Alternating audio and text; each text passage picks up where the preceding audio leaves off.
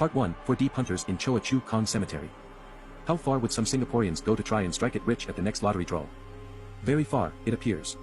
Even to the extent of seeking help from the dead. Some unscrupulous punters here, the Choa Kang Cemetery is not just a final resting place for the dead.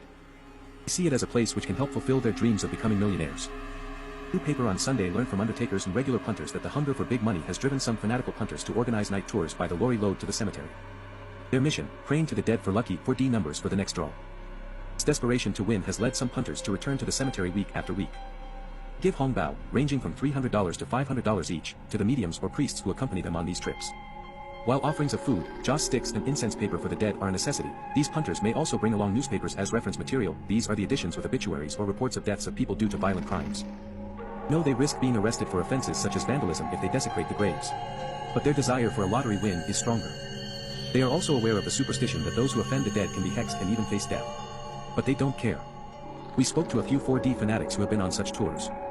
Mr. Chen Xiaoshen, 46, a worksite supervisor, said he tagged along night tours a couple of times out of curiosity and to see what they did. Those who joined these groups wanted to ask for help in changing their luck and also to win in the 4D draws. And some of the methods shocked him. Mr. Chen said, "I once saw a medium dig up the graves of those who were recently buried. Doing so, the punters believe that it will bring them more luck in the lottery draws. Sometimes they will drive sticks into the graves just to enhance their chances.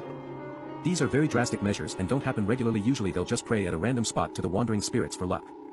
The grave diggers, however, would put the soil back to the graves after they are done so they wouldn't get into trouble. There are rules to be observed during such tours. Participants are not to call each other by names to avoid being identified and possessed by spirits. Instead, they address each other as uncles and aunties.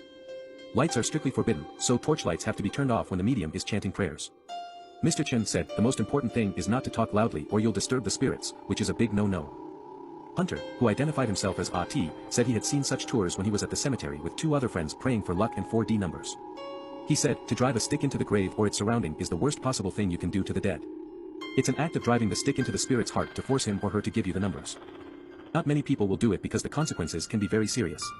I don't want to risk my life doing it."